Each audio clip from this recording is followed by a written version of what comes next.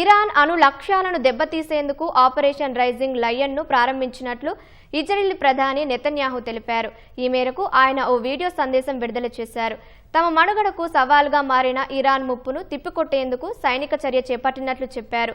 ముప్పు పూర్తిగా తొలగించేంత వరకు తమకు ఈ ఆపరేషన్ కొనసాగుతుందన్నారు. ఇటీవల కాలంలో ఇరాన్ పెద్ద మొత్తంలో శుద్ధి చేసిన యురేనియంను ఉత్పత్తి చేసిందని, దానితో 9 అణుబాంబులు తయారు చేయవచ్చని నెతన్యాహు వెల్లడించారు.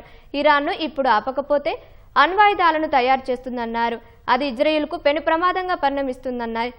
నాజీ హలోకాస్ట్ నుంచి తాము పాఠాలు నేర్చుకున్నామని నెతన్యాహు తెలిపారు. అందుకే ఇరాన్ బెదిరింపులకు ప్రతిచర్య చేపట్టినట్లు చెప్పారు.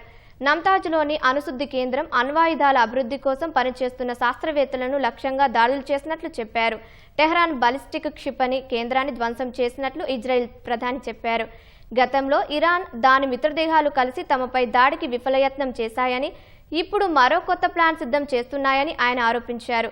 తమ పోరాటం ఇరాన్ నియంతృత్వ పాలనపైనే గాని ప్రజలపైన కాదని నెతన్యాహు స్పష్టం చేశారు.